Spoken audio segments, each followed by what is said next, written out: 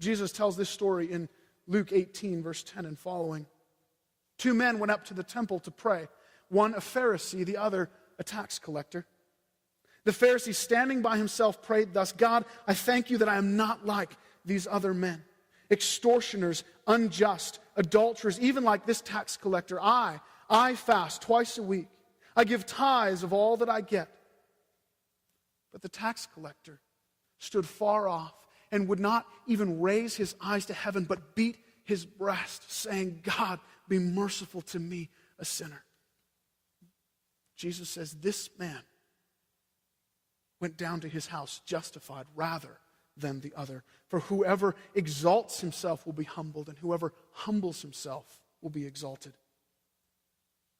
The Pharisee wasn't praying at all. He was putting himself on display for those watching, making a declaration of how much better he was than all of them. Back to Matthew in verse 6.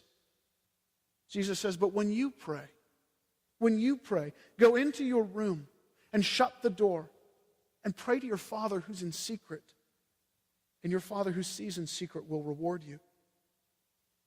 Now, many scholars believe that Jesus was here referring to a small storage room that was in the center of many of the houses of that day. Supposedly, it was one of the few rooms that would have a door to it.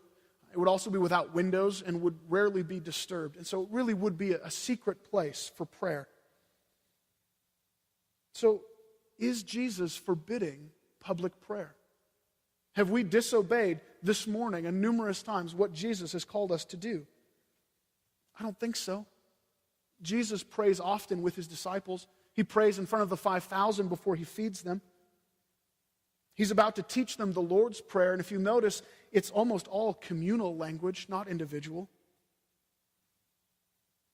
There's nothing wrong with praying with people, praying in front of people, even praying eloquently with people. There's something wrong as it becomes boastful, seeking the praises and affirmation of men.